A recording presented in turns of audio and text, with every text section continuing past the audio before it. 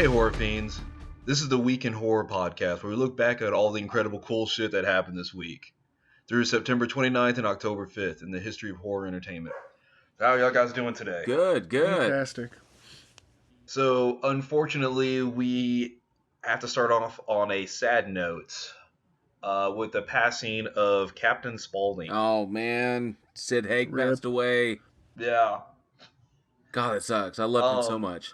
I had a buddy of mine who got a chance to meet him at Fright Fest, and my buddy dressed up as Captain Spaulding and like met him. Oh. And Sid said he was so excited because I mean, like, my friend has like the beard, bald, all this other kind of stuff, so it looked exactly like him. And so he got a picture with him and got like a free autograph, and like everything I've heard about Sid was that he was such a nice guy. I did. I had a chance to run into him at Texas Frightmare weekend.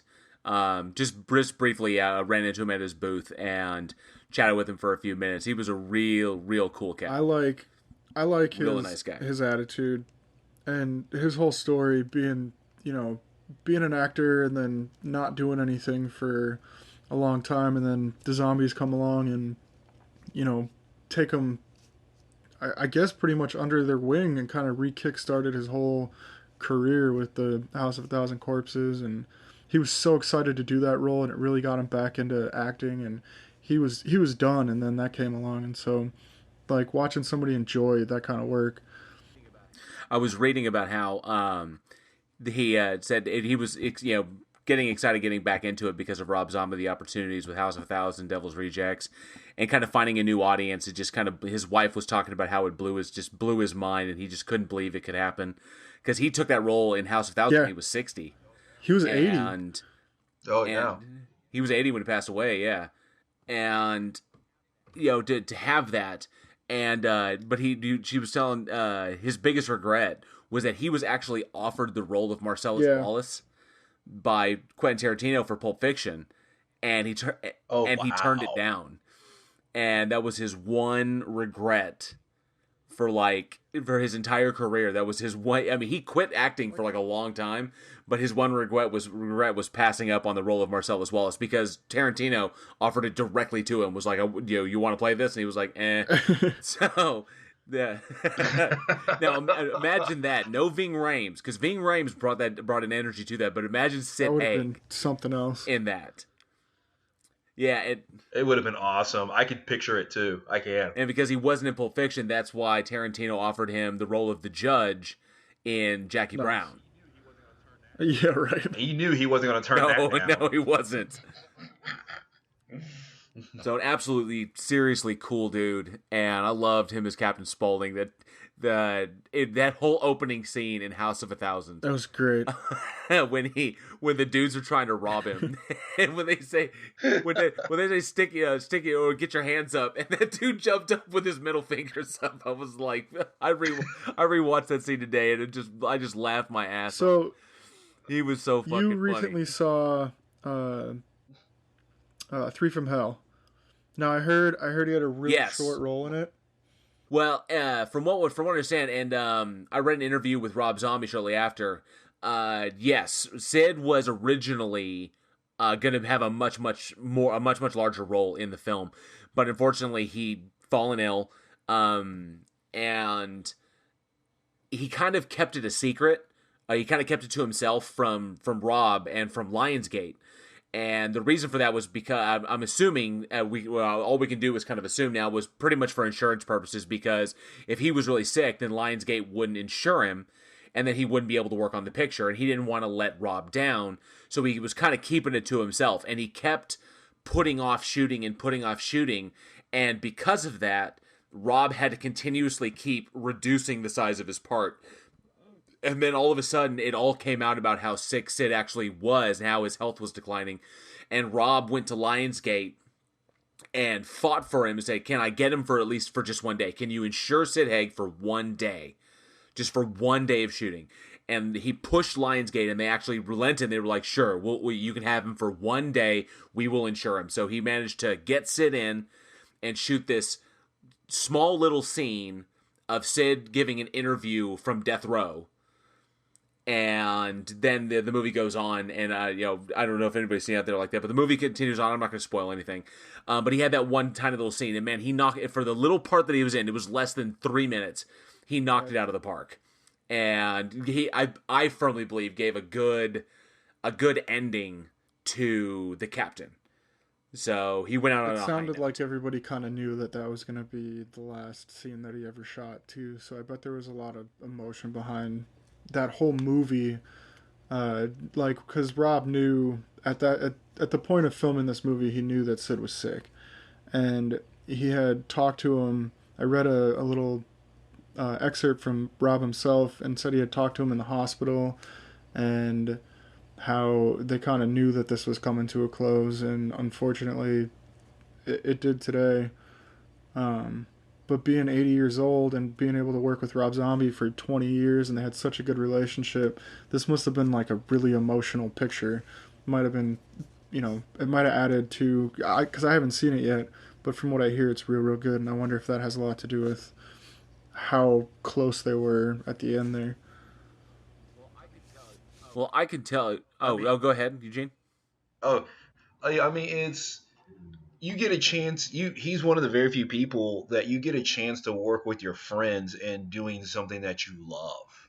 Hell yeah! And you can tell that, acting, you take a lot of parts and stuff like that, and a lot of times people get burnt out on it. And the fact that it rejuvenated him, and that he wanted to get back and do what he loved to do, and all these close relationships and all these films you put together. I think you hit it when it's like, this is like the last scene. I couldn't imagine what it'd be like on set that day, where it's like, okay, we get one day and this is it. I mean, that's just wow. Yeah. I can say this, and I'm not going to spoil anything about the movie. It was real. I really enjoyed it. I thought it was good. But it seemed like Sherry, who to me, I always interpreted as like pretty much behind the scenes. I pretty much interpreted that like Bill and Sherry were like brothers, brother and sister, were like siblings, and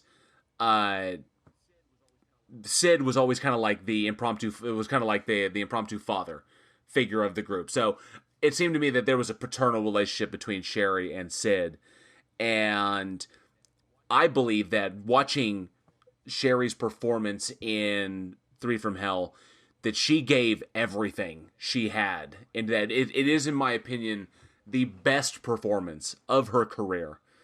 And with that emotion, and you got to and we can only speculate, but I imagine that emotion of that, having, this could be the last time that they get to work together, that she took all of that energy and threw it into her performance as Baby, and she knocked it out of the park. Because I can tell you, in the first, she's crazy, but in this third one, she is fucking batshit.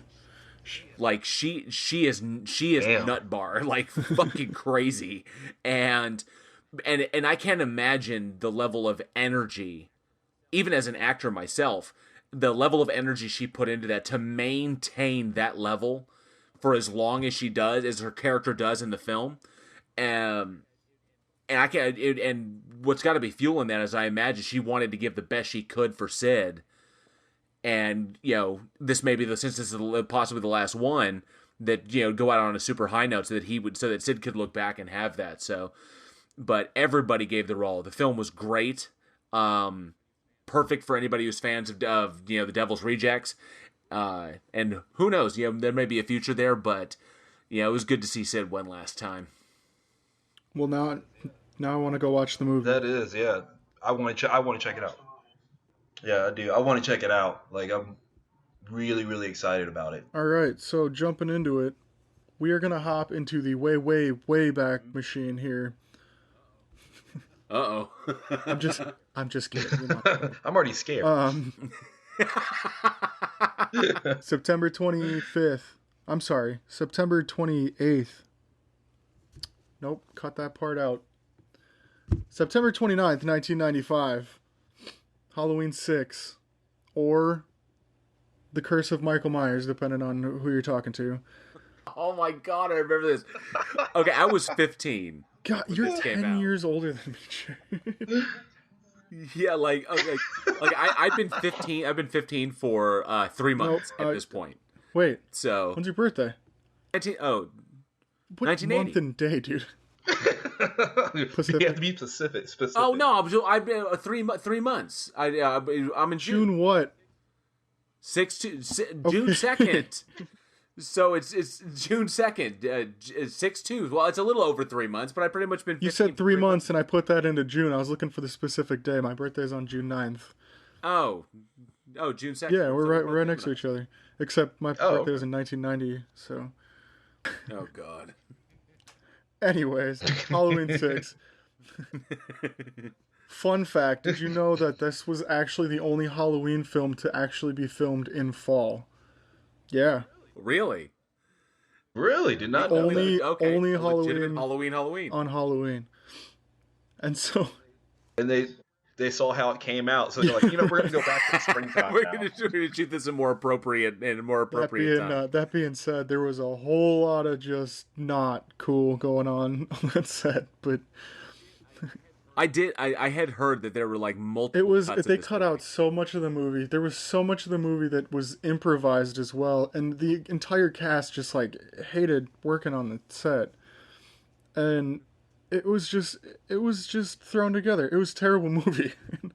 I mean, first of all, when you have Jamie Lloyd, right? Danielle Harris, who gave, like awesome performances in the fourth and fifth one, and then they just recast her and just killed her The potential was there. So you got Paul Rudd. Like that was it. At the beginning of his career.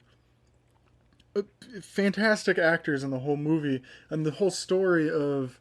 That's when they introduced like the cult of the Thorn.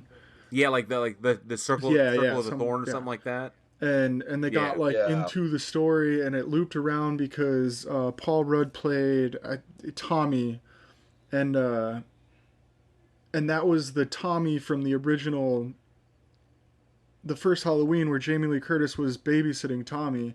So this was supposed to be he was a little kid. He comes home, and the whole thing was a great story at the beginning, but they had to film so many scenes so many times, and nobody could agree with each other, and so Joe Chappelle cut a lot of stuff out of the movie, and there would be times in the set where they would just go in and they'd be like, all right, we're improvising this today, and then he'd write the script, he'd rewrite like on set, and so there was just so many conflicts, and everybody hated working there. And they just put together what they could when they could. But that being said, it was one of the goriest Halloweens. I want to say it's probably the goriest Halloween. Some of the kill scenes in that movie were just stomach churning, and it did really well. Yeah, it did really well when they were doing like test showings for the movie, and they'd bring in like these 13 and 14-year-old adolescent, pubescent boys to watch this movie, and they said a lot of people like walked out because it was so scary. Wow. So would you say more gory, more violent than the zombie remake? I want to say it's a different kind of gore. Back in like the 90s when it was just becoming like real popular to be able to, because that's the end of the Halloween franchise. You want it to be gory, but okay. And then you say the zombie, there's more guns in the zombie remake. Yeah. Anyways, okay. There's a lot more guns, and like it was more modernized than the zombie remake. Okay. Now here's something curious, and it just kind of clicked in my head, because the young boy in the first film with Jamie Lee Curtis, his name was Tommy, and this carries on the story of that. Tommy comes back, and all of a sudden Michael Myers is all souped up, he's supernatural, and he's powerful. So I find it interesting that before this, Tommy was a major character in the Friday the 13th franchise. Yes. And Tommy was a little boy in part 3. No, part 4. Those kind of blend together. He was in part 4. He was Corey Feldman's character. Yes. Oh, okay. Yeah. And okay. then that was in, I believe, if I get this wrong, and I love these movies, but if I get it wrong, someone's going to kill me. So in the comment, any listeners want to correct me, go for it. So I'm spitballing here. I think Tommy was played by Corey Feldman. He was in 4, and then he comes back in 6, grown up, because supposedly, No, shit, I'm fucking it up. Sorry. Okay, but anyway, Tommy comes back in 6. So he comes back as a grown adult. So it kind of mirrors that.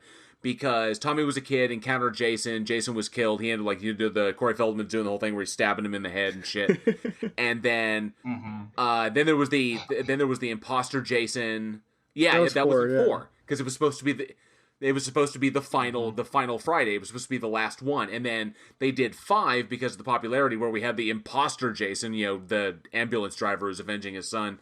And then in 6, Jason lives, he comes back, and cool epic scene, love that scene, struck by lightning, he jumps up, oh, kick-ass. Most deaths in any Friday the 13th film, by the way, in part 6. Highest kill count. But then Tommy comes back, so it's Tommy again as a child, then Tommy comes back as an adult, Tommy kicks shit out of Jason, and carried on. So I wonder if there's a parallel there. If Halloween, because Michael Myers is just a human at first, now all of a sudden he's the souped up satanic, unkillable, satanically powered monster, which puts him on par with Jason. Because when you throw it down like this, Michael Myers could never take Jason Voorhees because you can't kill Jason Voorhees, but I think Jason could kill Michael. And that's why I think Halloween 6 was bullshit, because I think they were just trying to ramp him up so he could be on par with supernatural baddies like Freddy and Jason and Pinhead and Pumpkinhead and shit like that. I totally agree, because the thing that made Halloween creepy, the first one, was he was just a guy. He's a dude, yeah. He's a dude off the street. Just as a guy. And they kind of have to explain, he gets his head cut off in, was it 5 or 4 or something like that? And they're trying to ramp him back up to his level, but no, I want him to be just a guy. I know he's going to survive at the end of the Halloween movie, no matter what happens. Yeah. And the thing is this: I don't care why. I really don't. You have the final girl, the final conflict, and everything like that, and then they win, and then I know he's just going to be back. Don't explain it to me. That's why I actually love the Rob Zombie one, because Tyler Mane, who they got to play him in that, I would believe that you could cap that guy 3 times and he wouldn't go down. I believe that. I believe that that cat is so big that if you don't place that shot, I'm talking dead on, chances are it'll ricochet off of him and he'll come back. He'll be pissed. And he'll come back. It was very realistic, very gritty like that. And sure, he took a lot of damage in that movie and in Halloween 2, but in Halloween 2 he was killed. Because I don't care how big and bad you are, you will not take a fusillade from a bunch of cops. Would they blow your ass the fuck away?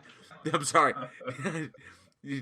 Even Kong went down, so I believe that. But yeah, I mean, people can survive bullets. That felt realistic to me. This is a big, huge, giant dude who chooses to be silent, and he just wreaks freaking havoc.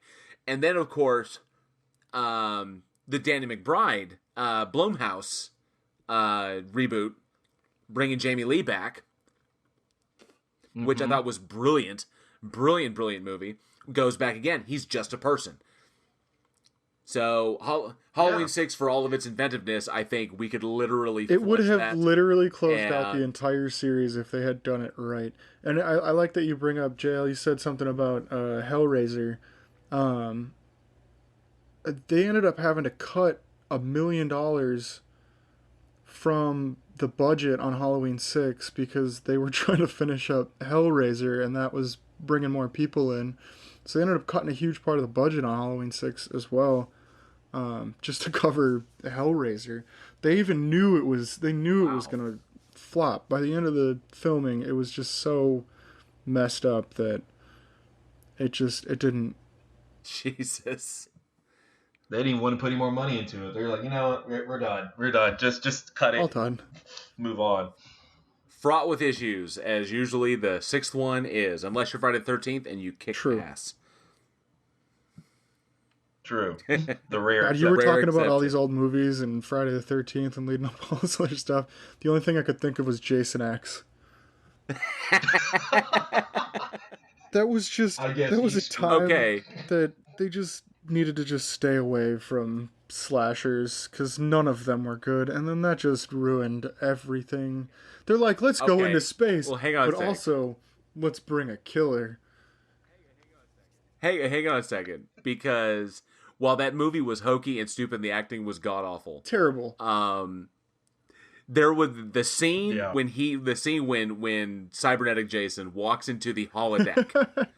And it's the old Crystal Lake campground, and there's the two chicks there. And then they're like coming onto him, they're coming onto him and shit. And he's like staring at him, and then it cuts away, and then the next cut to it is he's beating them both with in the sleeping bag on the. What were they trying to prove? And you could hear him inside going, What were they trying to prove? That shit. I literally fell out of my chair. That shit was so fucking funny. It's terrible. And I got the chance years ago to talk to Kane Hodder. And I met him at Texas Frightmare Weekend as well. When I was doing journalism for Centerlinks.com. And I got to sit down and talk with Kane Hodder for a bit. And he actually did his, he actually choked me out, which is cool. Because you can ask him to do that.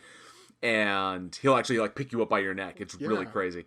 But I talked to Kane Hodder, and Kane Hodder said that the only thing he really truly enjoyed about doing Jason X, because it was pretty much a slog, and the new costume apparently was a bitch. It was just a pain in the ass because of the combination of, it wasn't just the latex anymore. Now there was like a metal contraption, it was like a light metal deal, but it killed his peripheral vision, and he had nothing. And it was just a pain in the ass to work with, and he couldn't do his signature Jason kind of moves, and so he didn't like it much. But he thoroughly enjoyed going back into the campsite and getting to doing the going to the campsite and doing the bag strike. Yeah. Because that was done in 6.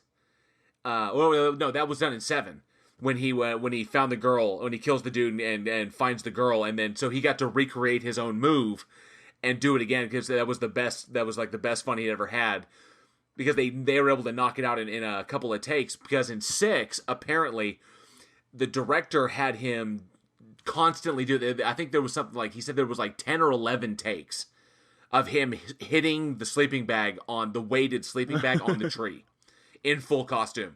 So they're in the middle of the night, and he said it was really humid. And so he picked up that sleeping bag, and he was like, boom on the tree. And the director was like, do it again. And he was getting all worn out because that sleeping bag was supposed to mimic a person. And so it was heavy. And Kane Hodder's a huge motherfucker. And so he was getting exhausted. And finally, on the very last take, if you watch, you can actually kind of tell his arms were spent, and he kind of just bodied it. He had to use his body instead of his arms to swing that thing. So he just kind of bodily, just in frustration, hums it against the tree, just really sharp and violent and quick. And the director's like, that's perfect, great. And he said he couldn't feel his arms for an hour after that. They were so dead. Yeah, but he was real strong the next day. I wonder if that's what the director wanted. The director's like, I want to wear you out first to get that real emotive strike on there. But arguably, the best fucking scene in Jason X was the only reason to watch that movie is to see that. And of course, Jason on re-entry, which is pretty funny in and of itself. So,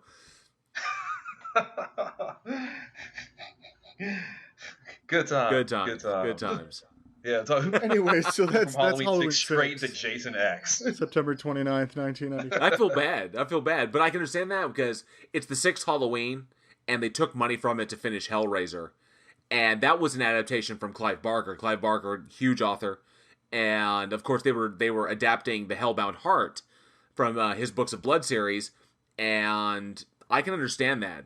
People would be clamoring for that because people were wanting adaptations of his work for a while. And so finally getting it made. I can understand why the studio would be like, you know what? We don't need to put any more money into this shit. So let's put it over here and end it because Hellraiser was fucking sweet. Yeah. Well, yeah, smart move. It's a pleasure of mine, tell y'all, September 30th, 1984, the original Tales from the Darkside premiered on TV. Yes. Ooh. And this is an interesting setup because the series Tales from the Dark Side was inspired by kind of like the success of Creepshow, and the show actually premiered. Its pilot actually premiered almost a year before. It was like in October of '83. The pilot premiered, and then it didn't hit syndication. It wasn't syndicated for broadcast until '84. So it actually was like, boom, Tales from the Dark Side, and then there was nothing. And then all of a sudden in '84 it actually hit, and that's when we actually got that.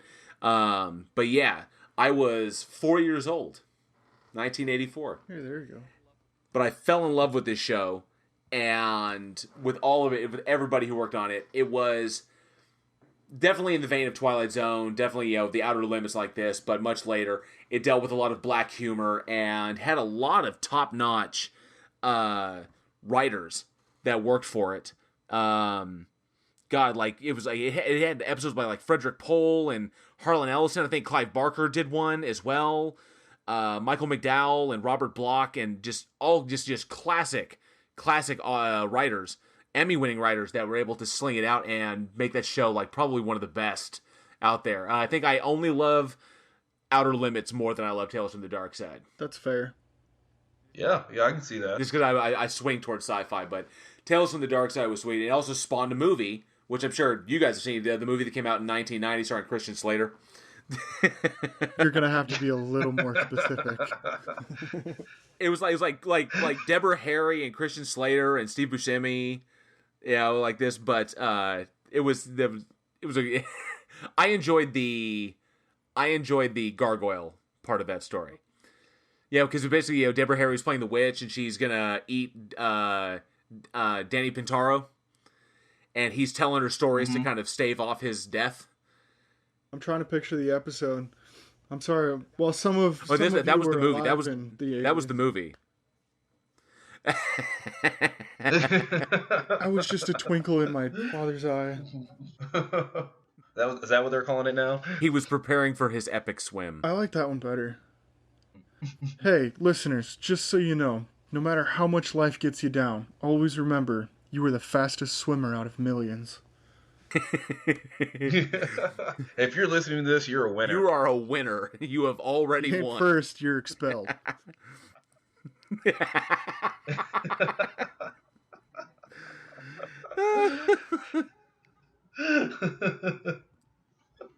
So I was kind of bummed that I'd heard that there was going to be a planned reboot of the series. Not really a reboot, but kind of like a redo of the series on the CW. To go along with the kind of hype with Supernatural and all this stuff. But unfortunately, I think Joe Hill was behind that. But I'd never heard anything more like that. I think plans for it fell through. That would have been a shame because I would have liked to see what they can do with it. But yeah, classic stuff. Loved it. Highly recommend it for anybody. So many good episodes. I couldn't possibly nail down one as my personal favorite.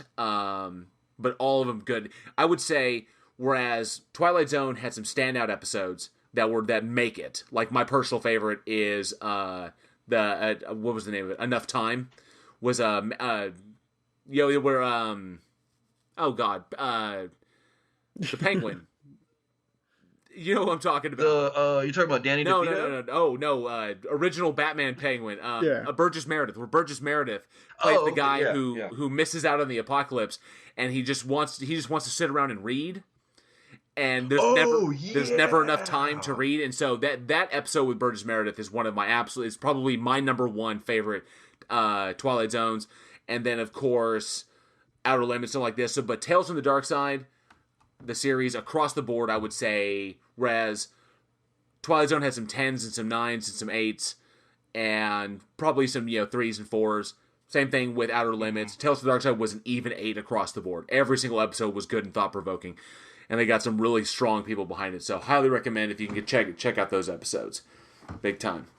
And you know what? It would actually be kind of with everything going on with like Stranger Things and stuff like that now, and the Twilight Zone, the Jordan Peele one. Maybe time for a reboot. Fingers crossed. We can hope. On that same topic, I think the market. Did you guys see they're coming out with a Scary Stories to Tell in the Dark movie? Yes, produced by Del Toro. Yes. I'm interested, but also skeptical. I cannot wait to. Yeah, I I think think it's it's going to be gonna knock amazing. it out of the park. Because There's another. If you haven't The seen on trailer's good Netflix, for it. there's a show called Two Sentence Horror Stories.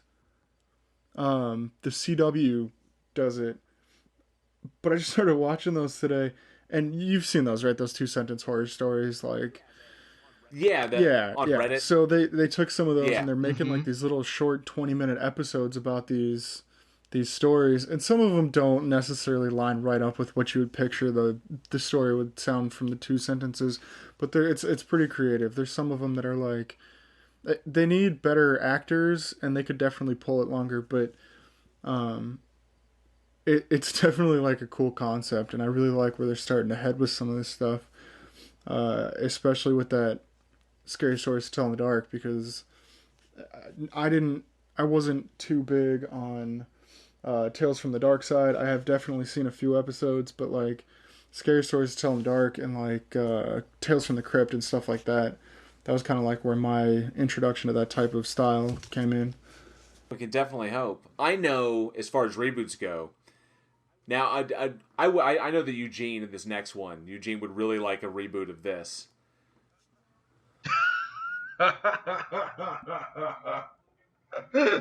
Absolutely. Absolutely. She's still around. It totally worked. And oddly enough, she still looks exactly She the hasn't same. changed one iota. She She's is not human. supernatural. Yeah, She is not human. she has the fountain of youth. No, it's not. It's called the blood of her enemies. Duh. She's over there like All right. Elizabeth Bathory and shit. I know. Oh, And that's where we're gonna go. I'm telling you, like 100 years from now, she'll look exactly the same. Mm-hmm. Mm-hmm. And so, of course, we're gonna change up the tone a little bit with it came out in September 30th, 1988, and that is Elvira, Mistress of the Dark. God, I love this chick. Yes.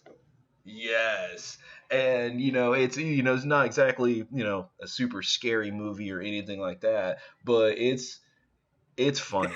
It's a downright. It's a fun movie. Like it won like a couple of Razzies and all this like other awards and stuff like that. But the thing was, is like the movie knew exactly what it was gonna be, and it just nailed it. You want a hot gothic girl that goes and takes over a town, right? And does funny things, and then she happens to be very like well endowed. It was a late '80s sexy look at the female type. Of anything of any character ever portrayed like that, I don't think Cassandra Peterson has run that character. She believes in that character. That is her. It's not even a character. She is That Elvira. Yeah. And as camp as anybody may think it is, I've always loved the fact that she believes in that character. She takes it to the maximum every single time, and loves her work and loves what she does, and we love her for it. So the dedication and the love that she shows to us horror fans, and the dedication to that character that she's created. Oh, God bless her. Yeah, absolutely. And that's the thing, that what sells that movie is it's her energy. Because the thing is, like the script and the premise and stuff like that, I mean, that's been done to death. We've seen it 1,000 times, but it's her unique twist on it. It's the energy that she brings to it. It has a fun campiness to it. And that's why the movie works, and that's why the character Elvira has lived on throughout, the horror mythos Yeah. kind of thing that we grew up with. And I mean, it's fun. I loved it growing up. I did. I love it to this day. I bet you do. What prepubescent boy didn't love that in the 80s? Or did love that in the early 90s as well? Yeah, I saw it eventually. Oh yes. Oh, I hope we see more from her in the future, like a lot more. I know she's on the convention circuit, and I know her fans pay her a lot of love, but I hope to really see her kind of make a push. And in this age of nostalgia that we're currently living in, I really hope we get. That's one of the things we bring back, that we get to see her.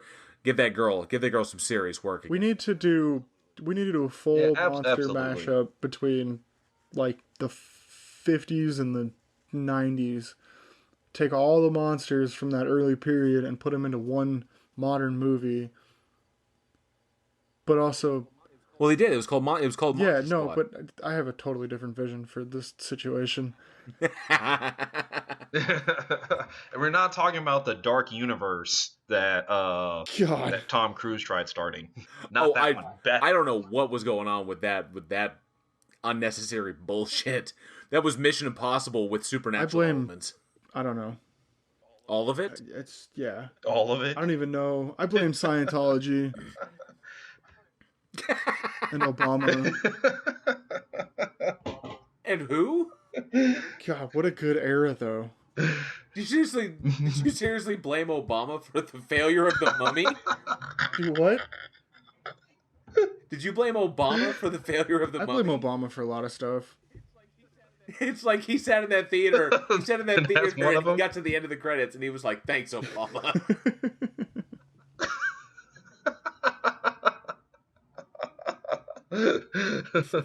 It's like, damn it, Obama, and he just walked Before right he out. was even old enough to run for a chair.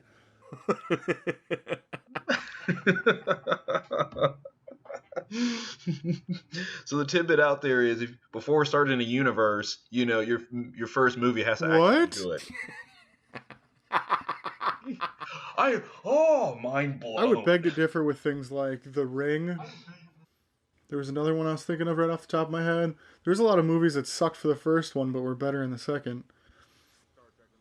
Star Trek: The Motion Picture. Yeah, there you go. The Wrath of Khan. Yeah. See, you bring that There up. you go. This is absolutely. I consider Star Trek: The Motion Picture a horror film because it was a horror watching 45 minutes of the fucking Enterprise. This movie's terrible. I was like, what the shit, man? It's like, wow, from this angle, it's not a fucking centerfold, it's a goddamn spaceship. Always love when they first show the ship. You have the one astronaut that's like floating across the screen, and it's the same astronaut that repeated. Somebody get that dude inside and Check give him a out my- bottle of water. Damn. Check out my nacelles from every angle. You like that? You like my warp nacelle? Nerd. So, I know you're looking forward to this one, Alex. What do we got next? Going all the way back to 1974. We got October 1st, which is my dad's birthday coming up. Happy birthday, Dad. We've got the Texas Chainsaw Massacre. The Texas Chainsaw Massacre. The Texas original. Chainsaw Massacre. I love that accent that you gave there when you were giving that off. You were going so country. It was like this. Vroom, vroom. This is gonna work. Well, you said earlier, it's like, I can hear the corn in your voice. Just get me running through some of that corn there, and we're doing all right. So we've got Gunnar Hansen as Leatherface in this, directed by Tobe Hooper, and this great film. I'm not even gonna tear this one a new one too hard because it brought together so many people in this world. It was great.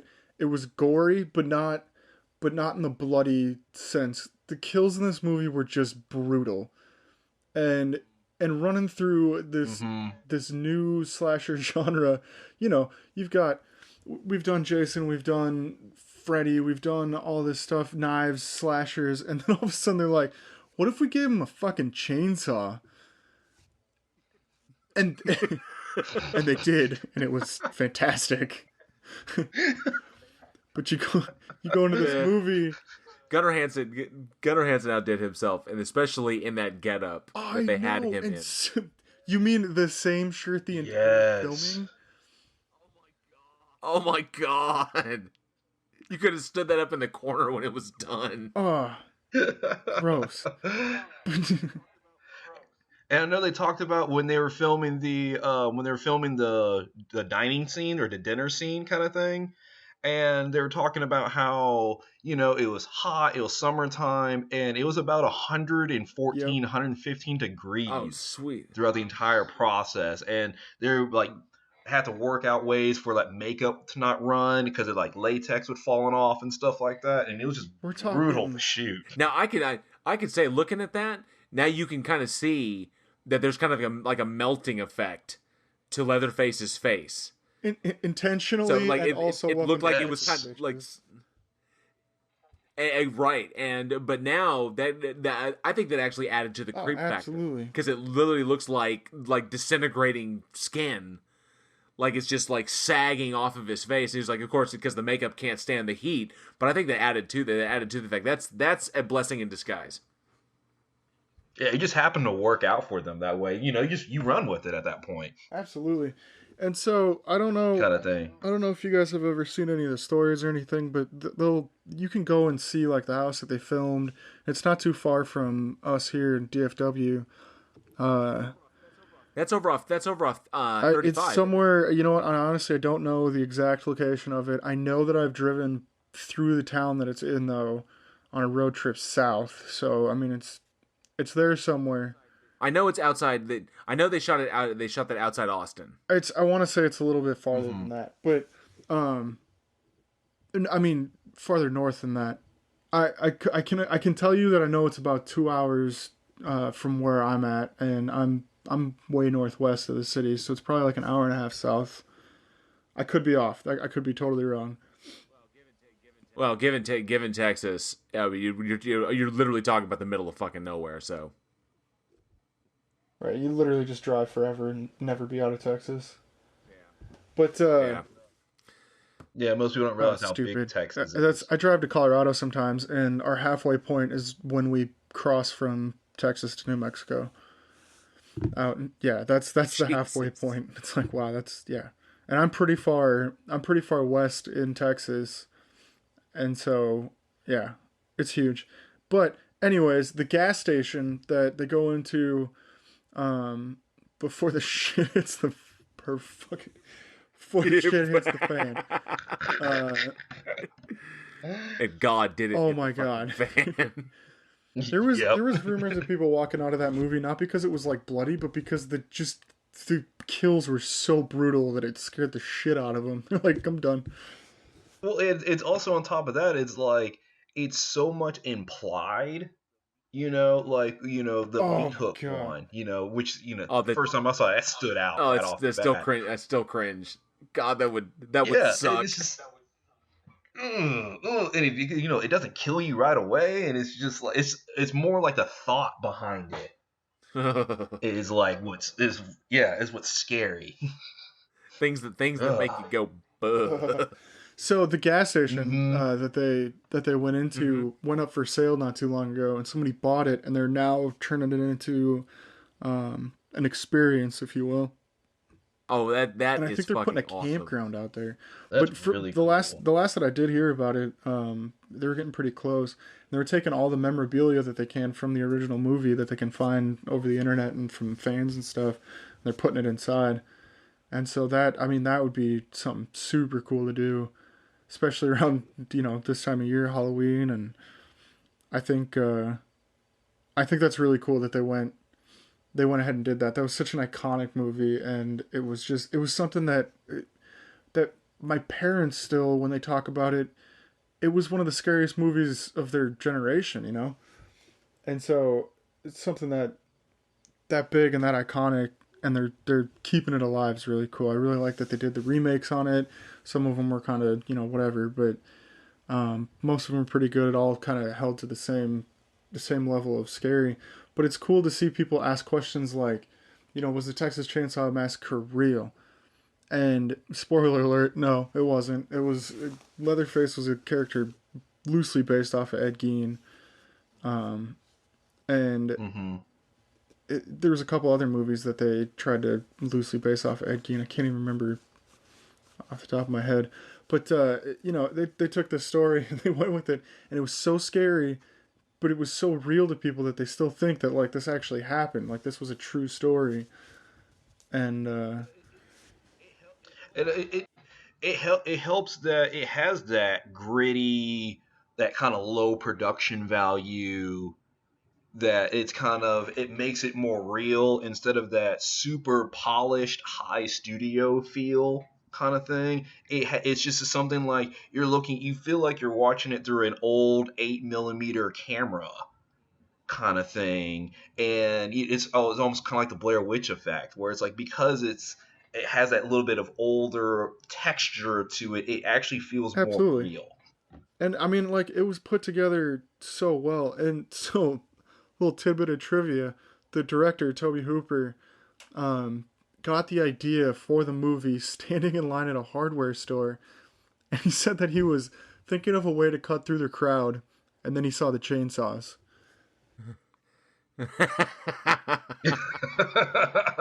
And so that was, I thought that was hilarious. And the whole Toby Hooper Gunnar Hansen relationship, and how Toby just kind of let Gunnar just go for it, kind of gave him the go ahead to play with the character development he saw fit, really really worked out, because Gunnar was so into the role, and whenever he would kind of like change into costumes, he would really just take on the persona that he felt fit for that scene, and it really really worked out. Dude, that whole closing scene with the girl in the truck. She's in the bed of the truck, and she's taking off down the road and screaming herself crazy, and he's chasing them, and then just that closing shot, and a spark of brilliance for Hooper, just because catching Gunner just like, I guess, having an aneurysm or a seizure or something with the chainsaw just flipping out. Not really a dance, not really a medical condition, but just kind of, like, I'm just going to attack everything in sight. I'm just mad at all of that. I'm so fucking mad at the air. I'm just going to kill everything. I give up. And just a spark of brilliance right there. And just catching that, solidifying that character. And amazing you bring that up, that because we would play that joke sometimes with people who were not from Texas who were coming through and be like, "Yo, I'm not originally from here." And then the Texas Chainsaw Massacre, we tell them, "Did you hear about the Texas Chainsaw Massacre?" So what are you talking about? Oh, it's this event that took place, down south. It's kind of a in between here in Austin, kind of in the middle of nowhere. This family kind of like butchered a bunch of people and ate them, and so it was fucked up. They made a movie about it. Did you ever see it? Yeah, called the Texas Chainsaw Massacre, and we would actually push that kind of agenda on people who are not from the state. It's like, we always tell them, it's like, if you ever find yourself driving down 35, just don't stop, because they never did catch all of the family. So just keep moving. Don't stop. Yeah, if I remember correctly, there's like speculation on where the whole thing actually went down, but they say that the real actual Texas Chainsaw Massacre, because apparently there was like an actual like Texas murder that involved chainsaws, but that was like south of San Antonio, and so people it's yeah, you have a place called the Killing Fields, where it's about 30 or 40 unsolved murders on a stretch of highway. I remember they made a movie about that. Yeah, Psycho, that's the movie I was thinking of that was based off of Ed Gein. Sorry, just clicked. Like the 1960s. Okay, yeah. Psycho, the original Psycho, yeah. I think he was he was kind of a combination. That character was a combination of like multiple serial. I think Gein was in there because like to dress up like his mother. He was, stuff like that. And I think that's where like his different masks, like the old lady mask and the pretty lady mask. Yeah, and then having his mother's body like in the house and like that. I think those elements were taken from Gein. And Silence of the Lambs, Buffalo Bill was also an amalgamation of multiple killers. He was Ted Bundy using the injury to draw people in. He was Ed Gein because he's trying to make the skin suit, and I think there was a third one in there as well. That was a little lesser known, but man, Ed Gein getting the mileage. I know. He didn't even have. It wasn't even like a high kill count. He was just so freaking disgusting that just evil motherfucker. But damn.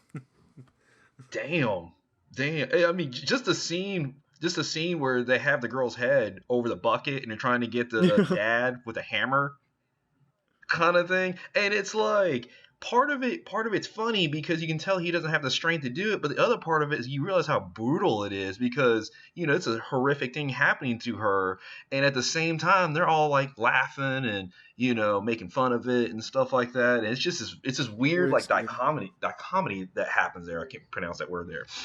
Kind of thing. And it was just twisted. Brutal scene. The scary thing is too, you know, you're alone in this house with this crazy backwoods redneck family just fucking going ape shit over a little bit of blood. And if you've ever been out to like Louisiana border on Texas and like, you know, that you could get wrapped up in something, nobody would ever know where you went. This is true. Talk about Texas being huge. There's parts of Texas where you can drive for, you know, 30, 40 miles and not see a house.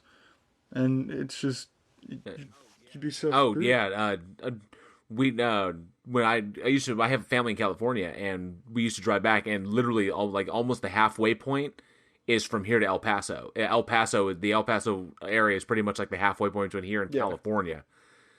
And it blows my mind that and I used to tell people this who've never been here, was that when I was working for Quick Trip, is that DFW, Dallas Fort Worth, the Metroplex that we live in, or I think you're outside of it, but you know, DFW, just the Metroplex is the same size square mileage as the state of Connecticut. Oh yeah. Our airport is as big as Manhattan.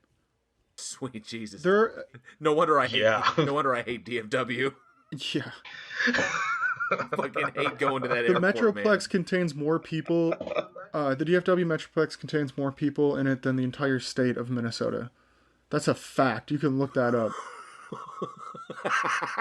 Damn. Alex is like Wikipedia that shit, bitch. Dude, I moved here from Minnesota. I got here. I'm like, how are there this many fucking people in one area? In one fucking city. Like, I mean, I couldn't stand living in like New York and stuff, but that's a small area. This is a big, giant, huge just stupid huge metroplex, and there's more people in it than the entire state that I grew up in. So I'm like, I need some freaking space.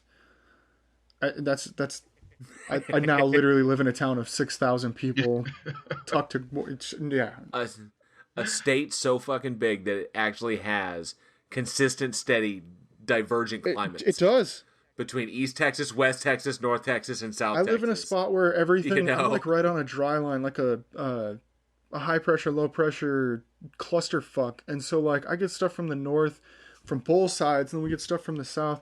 So we'll just be sitting here like the other day. I was sitting here, it was sunny. I walked inside, I came back outside, and it was black and raining. And I was like, what happened?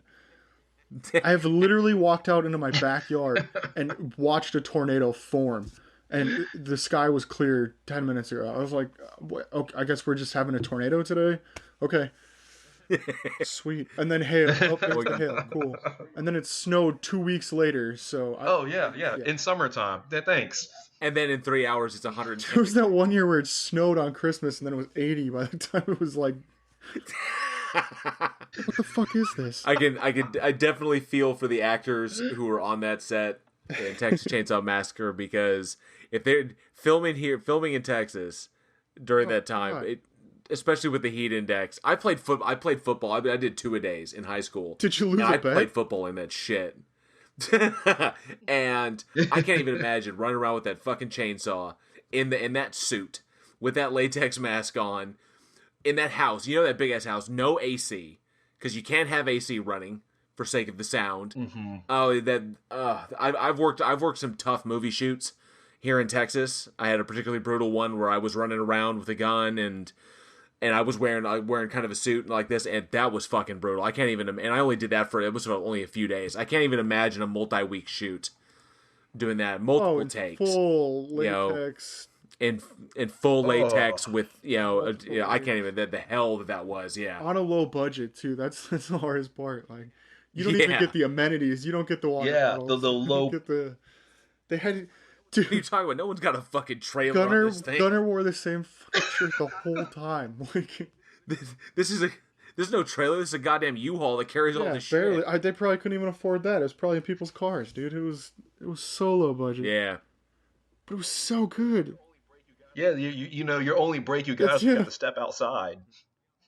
It's good that you mentioned low budget, And I know Eugene's got this next big one. This is a huge one that came up. And I'm so glad we get to talk. This is what I love about October, is coming into October, this is kind of like, this is our feeding ground. This is where we really get the meat of what we like to talk about.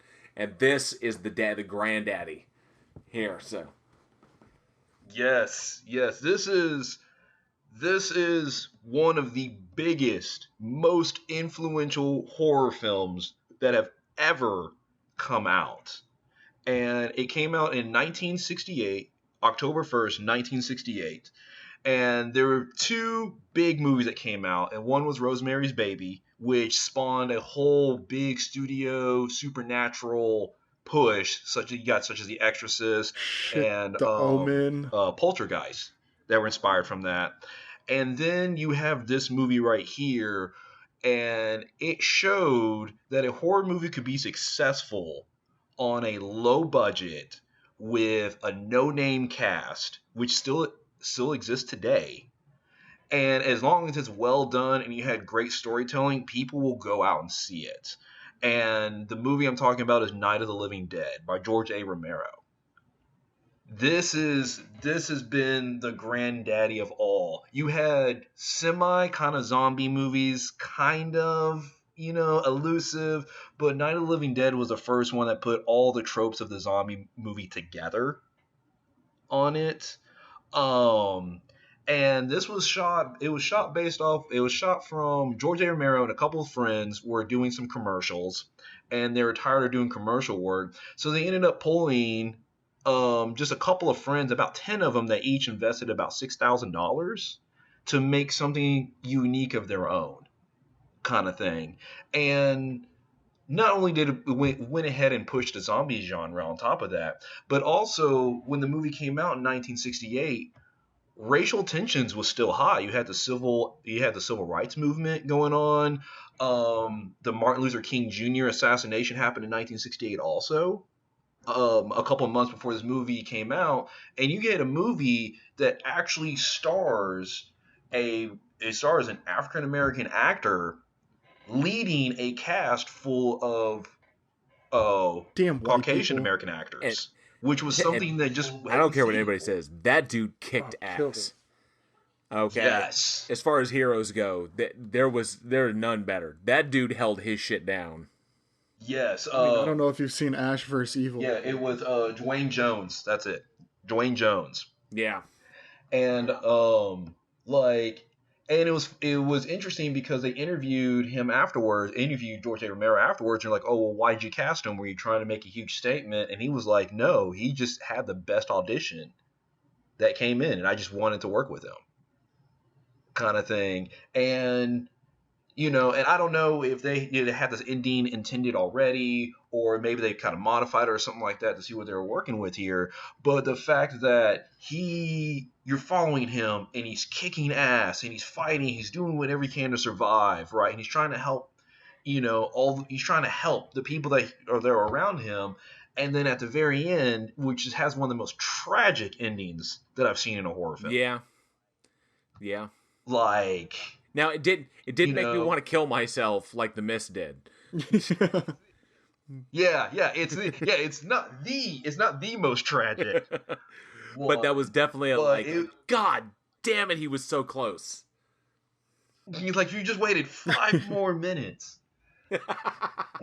But I mean, this right here, I mean, this is the granddaddy of them all. This was the movie that inspired the Texas Chainsaw Massacre. This inspired Halloween. This inspired all those slasher films, all those zombie films. And the movie cost about $114,000 to make, and it's public domain, which is insane. I mean, that's a pretty high kind of thing. It's a pretty high budget for that time. It was to think that at that time, of course, no one would know. No one knew what would become of it, but to think of making the movie that would literally define the genre, I think, for the rest of film. Like, he created a villain archetype that we'll never for lack of a better phrase, we'll never die. Every yeah. Yeah, I see what you did there. And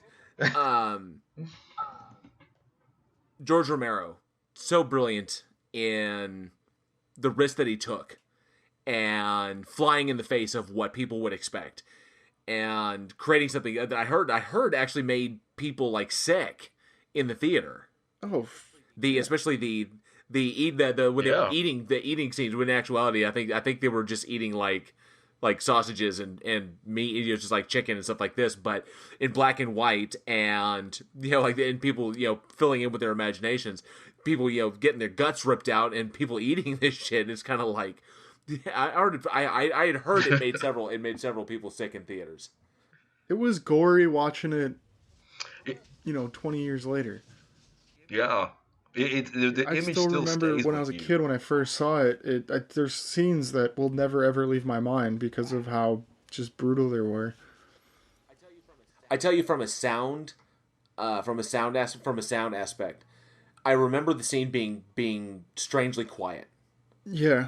Because the zombies themselves were like, they're moaning like this, but they're not like loud. They're not like hissing and wah and doing that like in like modern like zombies are doing now.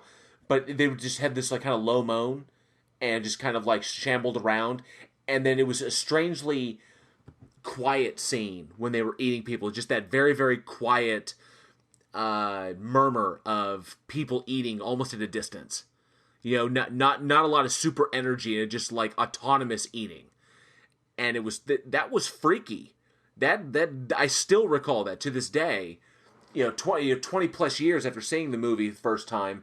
And of course, I've rewatched it many times, but it always sticks with me just how eerie, how they captured it, how that worked out for them. Just that eerie quietness, was something going on. It's like what's over there in the trees? I can't see it. I think I heard something. There's just a very eerie quality to that film that I think really worked for them. Well, because it made it sound normal. It was normal to them. You had something that's so brutal and so horrific that's going on, and the zombies aren't batting an eye at all. It's just they're just doing what they do. That's it. They're just going to feed, and they're just going to keep going. They're not making a big mess of it. They're just doing it. What they do. Just like I sit down and I have a bowl of cereal. I sit down. Yeah, exactly. They're just I sit down and I eat this person's intestines. Mm-hmm. And then you move on. That's it. That is so wild. God, what a brilliant fucking movie. It's amazing. It really is. Definitely want to check out. Yeah. It is. The movie itself it's amazing. I can keep rambling on about it constantly, but what another thing about this movie does is it really focuses on, it shows something about ourselves in terms of like people, because you see the different types of reactions. You have the dad trying to protect his family, but he goes overboard on top of it. You have the one girl who, after seeing her husband killed, is basically like panics and gives up and is making things worse because she can't think straight. She's like hysterical. And then you have Ben, who's the main, okay, I'm going to fight to the very end. But even sometimes at that point, you can fight, and it still gets you in the end. So you really have this wide range of emotions, this wide range of spectrum of people. And the one thing that zombies do in this film that they don't really do even to this day is the zombies in that film use tools. That's true, because that opening one, yeah. that first one in the graveyard, they're coming to get you, Barbara. That one zombie used a rock to break in the car window. Yes. Wasn't there a scene where one of them grabbed like a gardening shovel and stabbed one of the ladies? That was the little girl. Yeah. Yeah, that was one of the ones that I'll never ever forget. That's right, because she was so conflicted on what to do in that situation, and then just let it happen. Is it my daughter? Is it not my? It's then I think too much and then I'm dead. Just let it happen. Yeah, like, then she could have easily overtaken that freaking 5-year-old girl. No, she's probably older, but And I remember he put some kind of like, it's like a weird delay on her scream because her scream wasn't It like didn't as line up natural like right. other people. It was just this weird, yeah. Like it stays with you. I mean, it's I really hard to probably saw describe. that when I was like 12. And so, 16 years later, and that's Oh like yeah, what that scene specifically sticks out in my head so much that I mean, if you're trying to make a good film, that's what it should do. Explains a lot about you, yeah. having seen that at Huh? 12. Oh, you got no idea.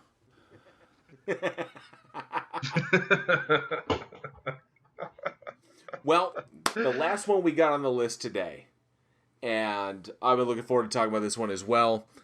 Um, an amazing guy, a brilliant guy, came along with this idea, sick and tired of doing commercial stuff. This guy came along and put together a controversial series that he wanted to push the envelope and push the limits of television with. It was October 2nd, 1959, saw the premiere of Rod Serling's The Twilight Zone. And I can tell you, okay, at the time, Rod Serling was kind of the bad boy of television. He was acclaimed, and everybody and people loved his work, but he was really from things I've read about him and interviews he's given, the dude was intensely demanding and hated the status quo of television studios and network executives, and he could not stand catering to the lowest common denominator. And he thought, and he spent years and gained and had won many awards, and everybody lauded his work, doing commercial work here and there, and working for the television studios. And then he finally got fed up, and he wanted to do his own thing. So he started pushing and doing pushing and doing controversial work that actually was getting big negative attention, but they were critically acclaimed, and blowing up stuff. Like he did a major piece years before the Twilight Zone that was based on a racial case that was taking place in Mississippi at the time, about the murder of Emmett Till. And this guy, he took real world. I think he was probably the first person to take real world events and kind of use the energy and use those mentalities that were involved in those to push television, to push media. Television was his medium, and how he did that. And eventually, he wanted to push for a series, an ongoing series that kind of brought all of his loves together, and of sci-fi, of horror, of psychology, and thrillers and suspense. And so was born, after much fighting, because he fought like hell to get this made, was The Twilight Zone. The classic series that I think inspired a great deal of what we're talking about here, having aired in 1959, and its stories, because before the Twilight Zone, we're going back at the times when the vast majority of sci-fi and horror and all these kind of like edgy media, or these edgy genres, were pretty much in comic books and in published magazines and small print magazines. And he took it and he gave it a visual flair, and I think set the groundwork for virtually everyone who came after him in these genres. Yeah, in both sci-fi and horror, because there was nothing like this ever on television beforehand. There was nothing like it that would dive into these really deep, thought-provoking things that questioned our way of thinking and things about our society at the time, because you had the Red Scare, you had McCarthyism, you still had, with communism and all the stuff that was going on in the country at the time it came out. And it made you think. The episode where you had it was like Beautiful Woman, and she kept saying that she was ugly, and she underwent surgery, and then everybody had the pig faces kind of Yeah. thing. And it makes you think, like, beauty's in the eye of the beholder. What is actually beautiful? He kind turned of thing. everything on its head. There was the episode The Monsters, or where the family moves in across the street, or moves onto the street, and nobody ever sees them, and I think it's the family moves in across the street, and pretty much eventually through a series of strange events, the power all goes out, and then only they have power, and the whole neighborhood eventually descends into chaos and turns against them. And that was kind of his his attack on racial divide and basically making assumptions about people's character based upon outward appearances, and it was mind blowing what he tackled during the day, and he wrote a little over 80 of the episodes that aired. Yeah, and that was like over half.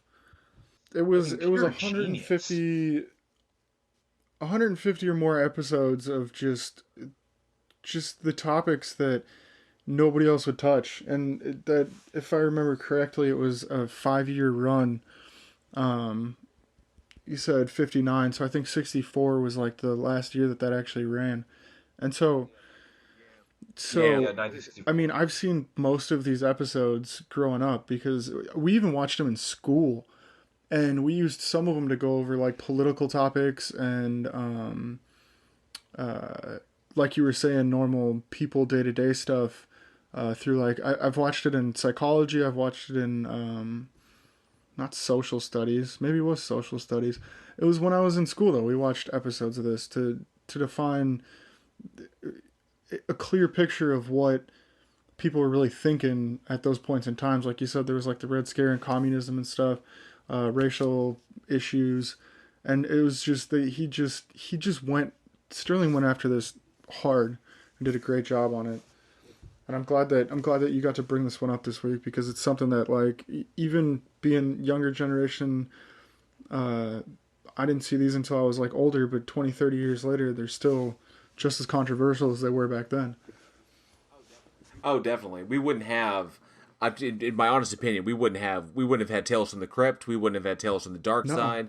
No. We wouldn't have, I think, The Outer Limits, the popularity that would have allowed for things like that to be revived in their day. We wouldn't have the X-Files. We wouldn't have Supernatural. I mean, all the way up till now, the 1959, and already in 2019, still inspiring writers and producers and developers out there for podcasting content. If you've ever listened to the podcast Welcome to Night Vale or Alice Isn't Dead, and obviously, and you could tell a lot of their themes like that take pull from the Twilight Zone, and I could gush all day long about Rod Serling's creation, and how he stopped producing it after 5 years. Because fighting to get it, I think he had to fight for renewal like 3 times to get the show renewed, and he got 5 seasons out of it, and then realizing at the end that it couldn't do any better than it had, and he then decided to sell it, just because there was no more that he could put into it that would make it any better than it already was. So, and then going out on top like that, I mean, yes, that's something. We see so many shows that kind of drag on and eventually wear down. But I like how it's like he comes in with I made my point. I showed you things about yourself. Now take that knowledge and go into the world.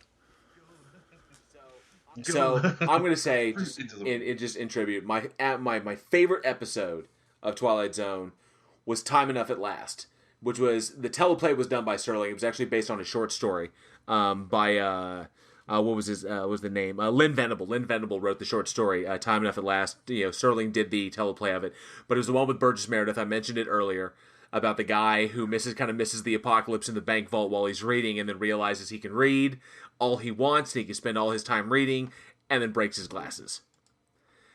So that was heartbreaking, and Burgess Meredith was so brilliant in that movie. Or sorry, in that it felt like a movie. It was so brilliant in that episode.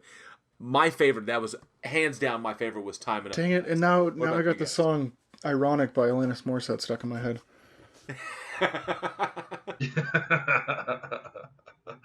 When there's plenty of time to read and your glasses break. Reading the break, you're left all alone. What about you guys? Me, I'd have to go. It is, probably one of the most famous ones, but a Nightmare at 20,000 Feet. Oh, William Shatner. Yeah, William Shatner, where he has like the creature that's on the plane and no one Okay, believes man, you him. got to say it. You got to say the line. Oh, I can't think of the line right now. He's on the what's the line again? There's something On the wing. something on the wing. I love his overdramatic acting. I'll never There's forget that one either. On the wing. Every right time I there. fly on a plane, I'll think of that. Okay, who does it? You go on a plane, especially at night. Who of us has not just glanced out the window, wondering if we just might see something What do you mean out glance? there? If I'm sitting at the window at night, I am watching out that window. I'm not. No. I'm on watch Because right now. If there's a motherfucking Two gremlin, reasons. they're gonna If there's know a about gremlin it. on the wing, then I want to be able to say the line. But then, second of all, it's just terrifying. Seriously, what would you do? You're on a plane, you look outside, and there's something on the wing. Yeah, well, we're screwed. Yeah, I think that's what's so scary about it, because you're out of control. You know, if you see something on your car, you can stop the car and get out and, do whatever. But you don't have control of the plane.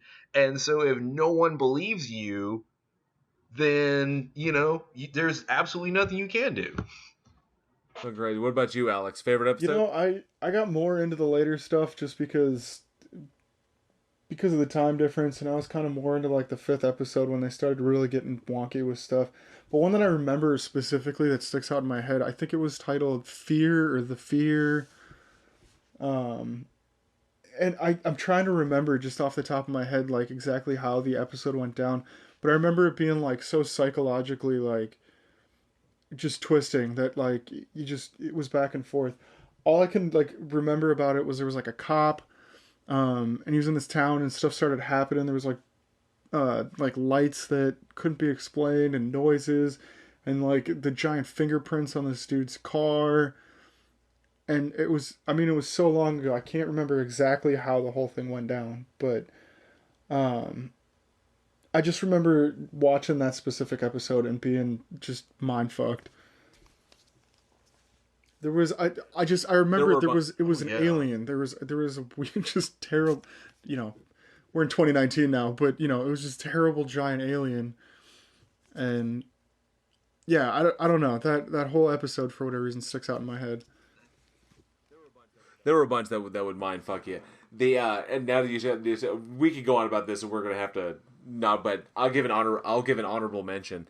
And for the life of me, someone out there's gonna know it. Maybe one of you guys knows it, but there was an episode where the guy dies and thinks he's in heaven, and he was a gangster, and he thinks he's in heaven, and everything's just going his way. He's getting everything he wants.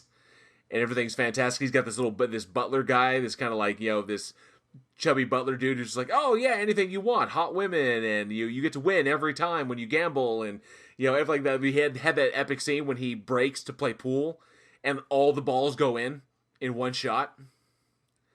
And then he was like, oh man, I don't like this, because then he gets bored because everything just goes his way and there's no challenge and everything. There's no risk and no reward. Because it's all his. So he's like, I don't really like it here. I want to go check out the other place. And it's not alluded to as to where he is.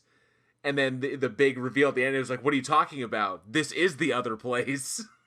The episode, I believe, was called A Nice Place to Visit. Was that it? Is that I think a nice that was the place name to of the visit? episode. But seriously, that one I always love, just because, oh man, I've got everything I want. And even there was a Got Milk commercial that kind of like that. You remember the one with the dude who gets hit by the truck? and he wakes up, he thinks he's in heaven, and all the giant cookies and the refrigerator full of milk, but there's no milk. Wait a minute, where am I? Oh yeah. It's a really interesting concept, because I don't know if you've ever heard of it was like a comic book, the Johnny and the Homicidal Maniac. Yes, by Yonan Vasquez. Yes, and they had in a comic book where Johnny goes to heaven, and he goes and he sees people like just sitting in desks, not doing anything, and he's like, well, why aren't they doing anything? And they're just like, well, they're happy. Well, why don't they get up? Well, they don't have to. They're happy, kind of thing. And it has that kind of eeriness of it because just about everything we do, in a way, is trying to strive to make us, our lives better in some, form or fashion, kind of thing like that. And it's like, when you hit that, like, heaven or something like that, is there anything to do, kind of thing. And so so I kind of like how with the Twilight Zone when they played with it, it was like, well, in hell you get everything you want, but then you don't have a drive for anything. I like that. It has no motivation, no purpose. Yeah, man. Yeah. Interesting. Yeah, no motivation, no purpose. I like that. All right, so we got some birthdays this week. Obviously, we do have some birthdays this week. I want to say, because I love him to death. Sadly, he passed away some time ago, but today would be Donald Pleasance's birthday. Would have been his 100th birthday. October 5th, 1919. Donald Pleasance was born. Everybody should know him extremely well. He was Dr. Loomis in the Halloween series, the original Halloween series. He played Dr. Loomis. And a veteran actor and veteran of horror film as well. Absolutely. Mm-hmm. Huge presence. Okay, so I might be speaking way off topic here, but did he not play in Halloween 6? He wasn't Dr. Loomis. Yes, he is in Halloween 6. Was he Michael Myers in Halloween 6? He wasn't Michael Myers, but I think he was super crazy at that point. Yeah. Kind of thing. I think that's kind of like the one where he basically like lost it and people like pushed him aside. He was just nuts. Yeah.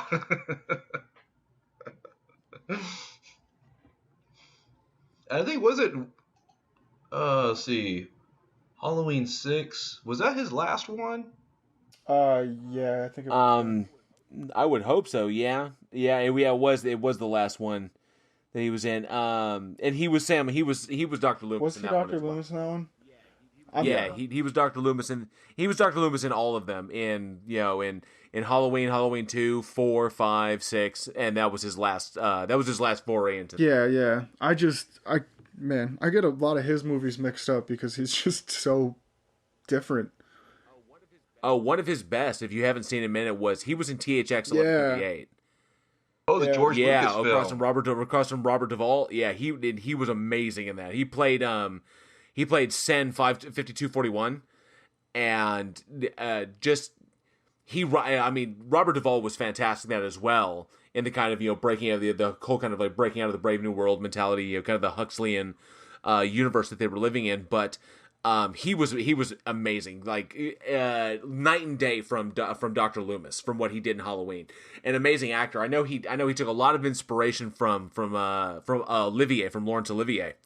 Yeah, he did have a very similar style. Oh, absolutely. Yeah. A legendary actor in itself, and we also have another birthday. Well, that's a happy birthday, Donald Pleasance, wherever you are. Rest in peace. Happy birthday. And then a happy birthday to one of my favorite authors. Clive Barker was born 10/5/1952. October 5th, 1952. Clive Barker was born. The man who gave us the Hellbound Heart, the Books of Blood series, and the best villain we know, Candyman, and the best villain we know, Pinhead. Or the Hell Priest, as a lot of people know him. The Hell Priest. Yes. Pinhead's one of my favorites because just the way he spoke, just your torment and pain will suffer throughout generations. Like he didn't fuck you, he fucked you. Michael Myers and Jason will kill you. Dude, yeah. I don't think Clive could have chosen a better actor than Doug Bradley. I agree. Because Doug Bradley that's like the casting of that was like his casting of Doug Bradley was like a scrim for the tall man. No one else could have possibly done that. So Bradley was and from what I understand, just from interviews like that, and I've actually met Bradley briefly, very briefly. I just got to shake his hand and say hi to him. But he was given a kind of a deal at Texas Frightmare Weekend back in the day. And he was talking about working with Barker, and the two of them. He said when they met, the two of them were just like in sync from the moment. And Sometimes you oh just yeah, know. but Clive Barker, Lord of Illusions. That's right, Lord of Illusions. Yeah. Also plays Incarnations and Forms of Heaven. 3 plays that came out in the mid Oh yeah, 90s. Mm-hmm. And Midnight Meat Train. Oh, I forgot about Yeah, Midnight with Meat Train. that was early in. That was Bradley Cooper and Leslie Bibb and Vinnie Jones. Oh, wow. I mean, just truly somebody who understood horror. Oh, definitely. And I think, could we say that Barker was the first one to really kind of blend the genres of what we say like the Skinamax genre, the Skinamax mentality with real bloody horror. Kind of bring that kind of sleazy kind of 70s 80s exploitation mentality into horror. I mean, would we say he's the first to really blend those two? That's kind of an interesting point because yeah, you have when you look at like say Texas Chainsaw Massacre and Halloween, those are kind of tame, and he kind of added this exploitation, the exploitation, like the tropes of that genre into horror a little bit more. So yeah, so it becomes a little bit more adultish. It was definitely. I remember reading the Books of Blood, and I remember just in his short stories. Remember every single one of them had some serious depiction of some sexual depiction or some sexual thing going on, and it was very very exploitative. It was big in Lord of Illusions, big in Candyman, big in Hellbound Heart. There and just it seemed like that was something that was unique to him, is that he really kind of took two of these kind of underground genres where this was kind of like the taboo horror. Whereas before the days of torture porn, before Saw, before Hostel, before all Teresa's and shit like that. But he kind of took this underground I would say the underbelly of Hammer horror. Yeah, I could right, agree with that. And he kind of took this mentality here, and then took the kind of sleazy sexploitation kind of energy from those books you'd buy at like adult theaters, and kind of combined those into his work and created a universe that is enjoyable, but I think even more compelling and more terrifying. Absolutely. Yeah, because you have like a lot of kids grow up with like Michael Myers and Jason and all the other kind of stuff. So you'll see like a 7 or 8 year old with a hockey mask and a machete or something like that. But yeah, like Hellraiser, that's an adult series. Like definitely does, and I enjoy it. I enjoy this. I enjoy both the series. But you're not an But adult. yeah, I agree. Come on, we both know I'm the only adult here. All right, calm down. One day I'll be a real boy. But yes, a happy birthday to Clive Barker. Happy birthday for giving it. Thank you for giving us so Happy much. Birthday. And for hopefully, I mean, the latest Hellraiser movie was actually pretty decent. Sadly, it's not Doug Bradley playing Pinhead anymore. He's getting a little too old, but thank God it's not Fat Pinhead like we got in Hellraiser 9, because that one sucked balls. But I will always go back and watch Hellraiser 1, 2, and 3, because those films were fucking brilliant. And I watched 3 because the backstory's kind of interesting, but Terry Farrell is smoking on it, so. All right, and that's our show. Thank you so much for checking us out this week. We hope you enjoyed it. If you did, go ahead, subscribe to get your weekly dose of horror history. You can also check us out on Facebook.com/weekinhorror, where you can get your daily splatter, just a little bit of history from that day. Also, all the latest updates on Week in Horror. I'm Alex. I'm Eugene. JL. Thanks for stopping by. We'll see you next week. Bye. Do do do do do do do.